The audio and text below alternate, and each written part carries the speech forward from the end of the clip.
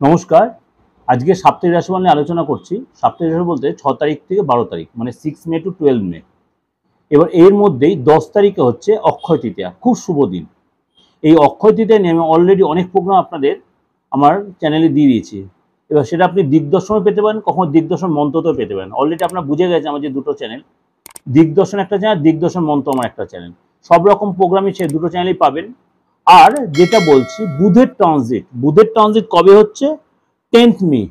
কারণ এই মুহূর্তে বুধ বসে আছে মীন রাশিতে, যুবরাজ বুধ বসে আছে মীন রাশিতে। মঙ্গল, বুধ, রাহু আর চন্দ্র। বুধ কবে যাবে? 10 তারিখে 10th মে, অর্থাৎ শুক্রবার 7:30 PM অর্থাৎ সন্ধ্যে 7:30টায় মীন রাশি চেয়ে মেষ রাশিতে চলে যাবে।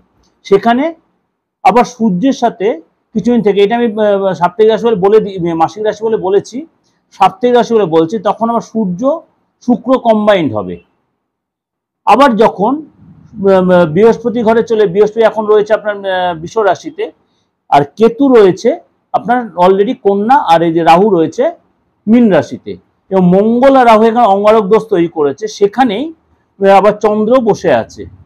চন্দ্র কুইক প্রতি মুহূর্তে ঘুরবে। আমি এই নিয়ে বলছি, বৃহস্পতির সাথে চন্দ্র যেমন 8 তারিখে যখন গজকেশরী যোগ তৈরি হবে, আপ টু অক্ষয় তৃতীয়া গজকেশরী যোগটা কিন্তু কন্টিনিউ থাকবে। সেটা নিয়ে আমি আপনাদের প্রোগ্রাম দিয়েছি, দিগদর্শন মন্ত্র, দিগদর্শনে সার্চ করেন, সেখানে পেয়ে যাবেন।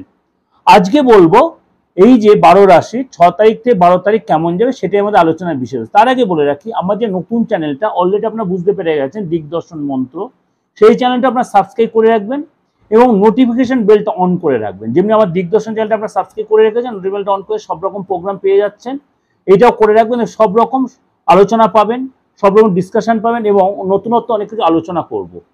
আর যারা আমার সাথে যোগাযোগ করতে তারা আমার বুকিং নোটস কলে দেখুন যে নাম্বারটা রয়েছে, অনেকে বুঝতে পারছেন না, তাই আমি প্রথমেই বলে দিচ্ছি যে আমার কোথায় আপনার সাথে কথা বলবো।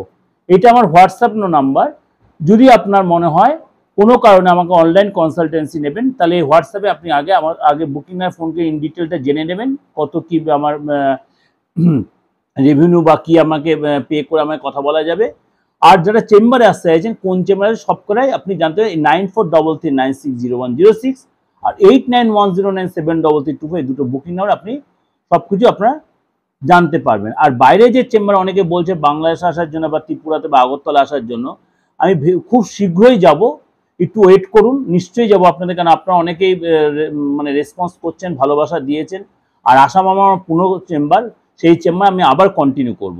যে আজকে বলবো মকর রাশি এই সপ্তাহে কিন্তু ওভারঅল অনেকটাই আপনার সময়টা আপনার ফেভারে থাকবে। অনেক দিন ধরে তো অনেক কিছু কাজ হচ্ছে না, এই সপ্তাহে কিন্তু সেটা হয়ে যেতে পারে। কোনো নতুন কোনো কাজের যোগাযোগ আসতে পারে।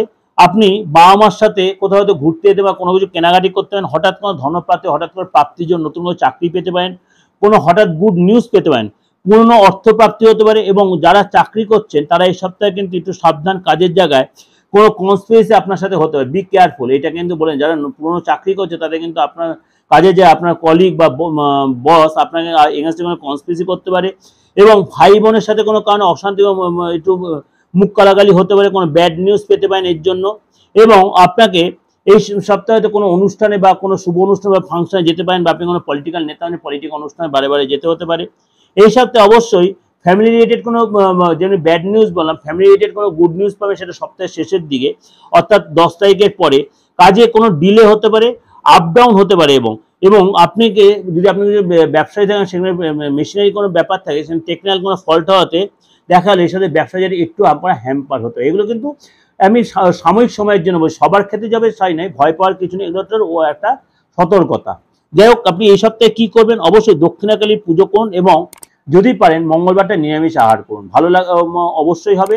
আর যদি ভালো লাগে অবশ্যই লাইক করবেন, সাবস্ক্রাইব করুন, নোটিফিকেশনটা অন করে যাতে লোকের শেয়ার করেন। নতুন যে দিগদর্শন মন্ত্র, সেটাকেও যদি সাবস্ক্রাইব করে নোটিফিকেশনটা অন করে রাখেন, সেখানে নতুন প্রোগ্রাম জানতে পারবেন। আর আমার সাথে যোগাযোগ করতে হলে অবশ্যই বুকিং হয়ে জেনে নেবেন, অনলাইনে বলুন বা চেম্বার, সব রকমভাবে আপনাকে আমার বুকিং নাম্বারে ওরা সহযোগিতা করা আছে। নমস্কার, সবাই ভালো থাকবেন।